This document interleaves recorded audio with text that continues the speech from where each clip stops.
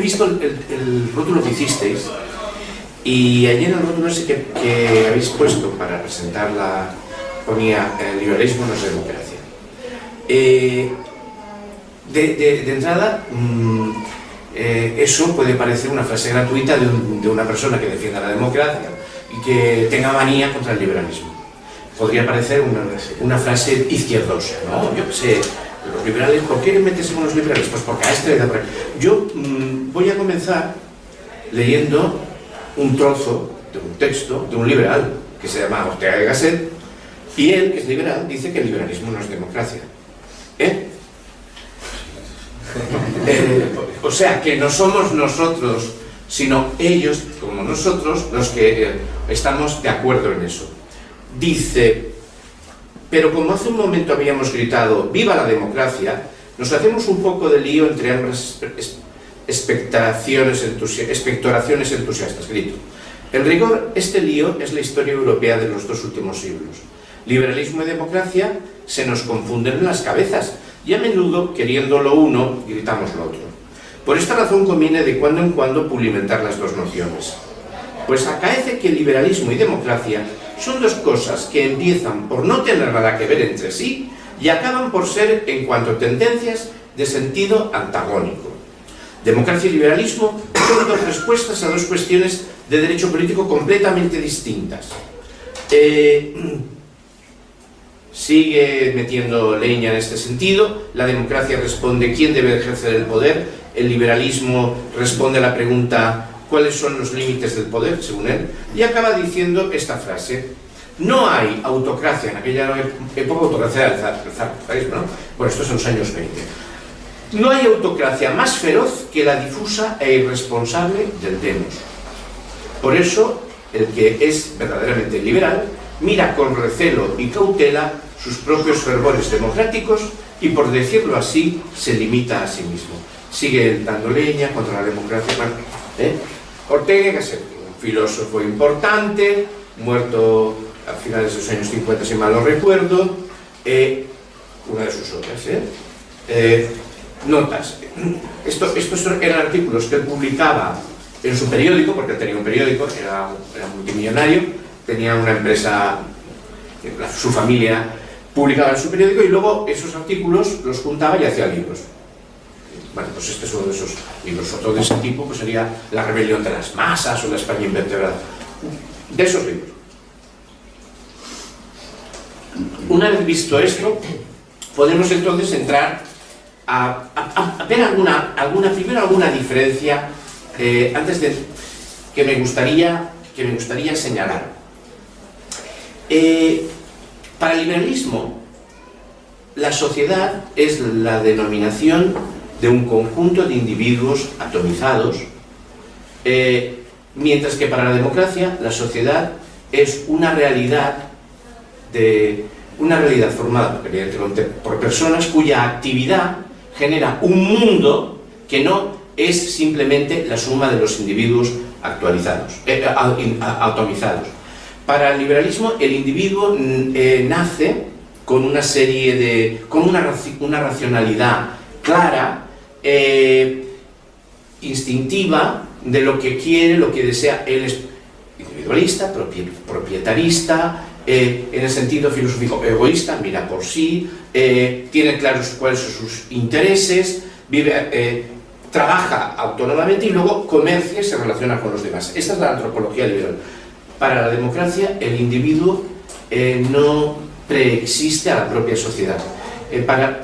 Insisto en el modelo liberal.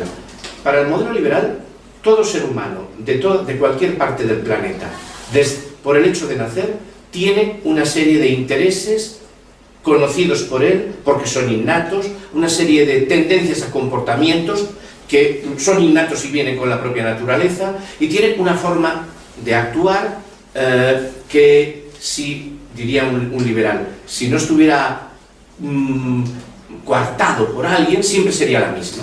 Tiende a comerciar, por ejemplo, ¿no? Mientras que la tradición de la democracia y el concepto político del que parte la democracia, del cual ya hablaré, que podríamos llamar el concepto político de la república, considera que el ser humano nace carente de toda cultura y que es la propia cultura, el propio saber hacer generado por las generaciones anteriores, el que es interiorizado por el individuo, y el individuo entonces queda construido por aquella cultura en la cual él ha nacido. Hay una plasticidad de individuo dependiente de una sociedad frente a un modelo liberal, que hay un individuo determinado innatamente frente a una sociedad que además no es más que la suma de individualidades. También la libertad es... también el concepto de libertad es distinto, pero antes, para que no parezca esto un discurso muy separado de lo que voy a hacer, que es hablar de la tradición de la democracia y del origen de la democracia, ¿no? Estáis leyendo un libro, quería mostraros que estas ideas de antiliberales y prodemocráticas y prorepublicanas, según las cuales la sociedad es una totalidad de individuos que generan entre ellos una actividad superior a la que podrían generar como suma de individualidades, y la sociedad es la que conforma a los individuos porque les da el saber hacer, porque los individuos por nacimiento no tienen proyecto innato.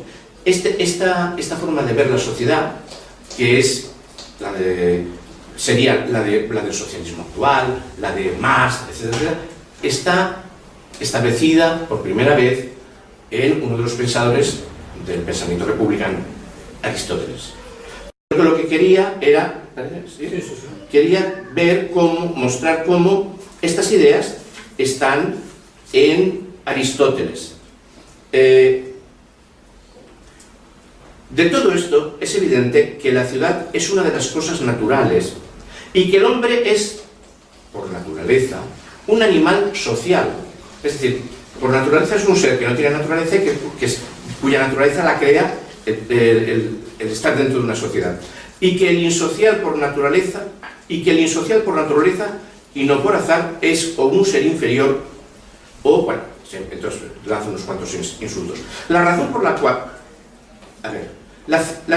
por naturaleza, pues, la ciudad, la comunidad social, es anterior, previa a la casa y a cada uno de nosotros, porque el todo es necesariamente anterior a la parte. ¿Qué pretende decirnos con estas frases? Lo que nos pretende decir es que él sabe que antes de que se creara la polis, y veremos todavía lo que quiere, todavía no he dicho lo que es la polis, la república, había familias y había aldeas, pero que la aparición de esa unidad superior llamada república o llamada polis, que agrupa a muchísima gente y permite a la gente organizar actividades especializadas de las cuales nos nutrimos todos, da lugar a que los individuos accedamos a un nivel de vida mucho superior, muy superior, y que accedamos verdaderamente a lo que él considera que es el nivel de vida propio del ser humano, mientras que en los niveles sociales anteriores, la familia, la pequeña aldea, no permitían al individuo desarrollarse en su plenitud. Esto está en este libro Política de Aristóteles. De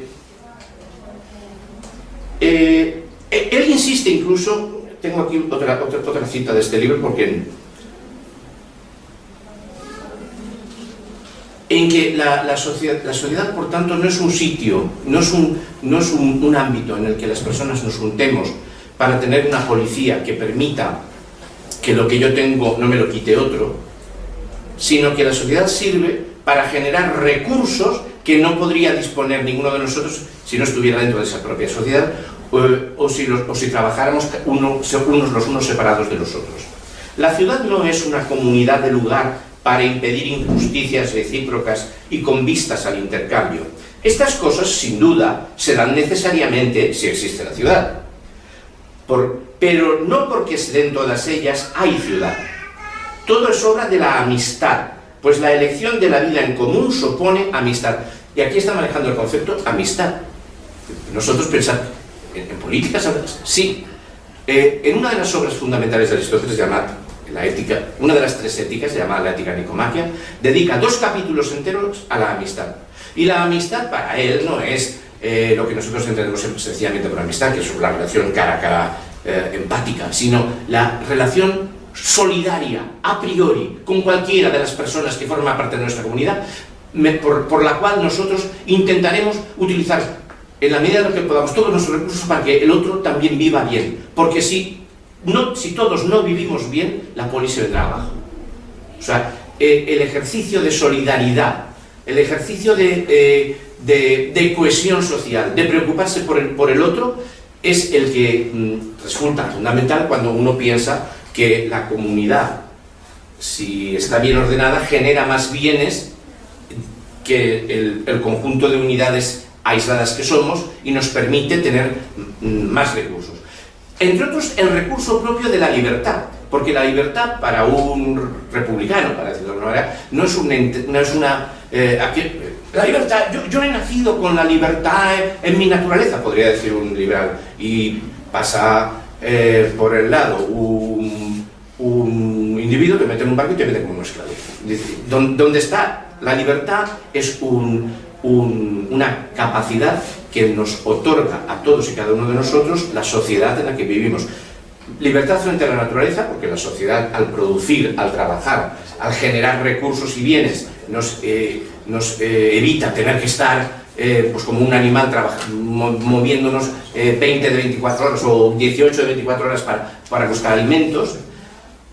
Libertad frente a la naturaleza y libertad frente a otras personas, porque la comunidad de ciudadanos defiende a cada uno de ellos y dota, y es la comunidad además la que elabora leyes, la ley según la cual todos y cada uno de nosotros somos libres. Por lo tanto, la libertad es un producto de la propia sociedad, la libertad es un producto de la ley, por lo tanto, porque nosotros cuando nos juntamos hacemos leyes y establecemos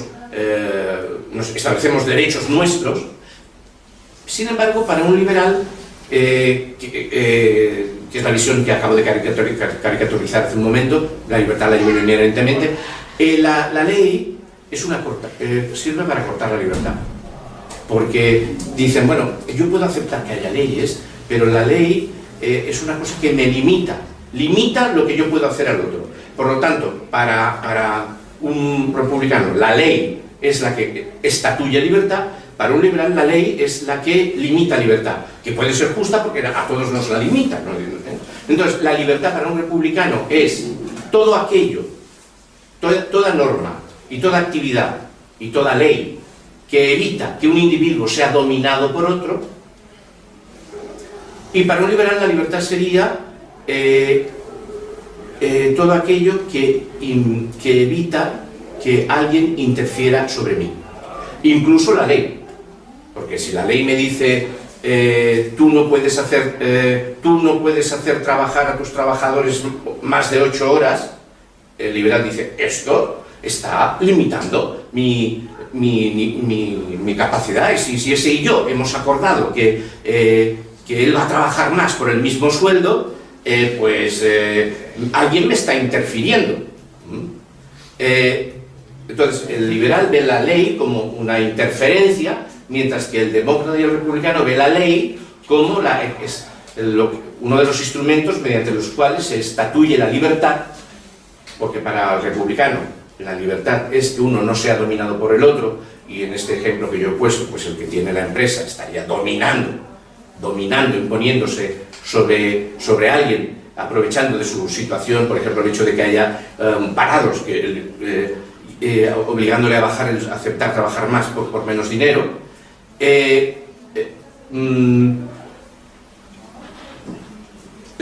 Ahí estaría dominando. Pues eso, sin embargo, para un liberal es un asunto entre tú y yo, entre tu trabajador y yo, y si la ley se mete ahí me está interfiriendo. O sea, aquí tenemos indicados distintos elementos que hay detrás de estas dos visiones del mundo, la de los liberales y las de los republicano-demócratas.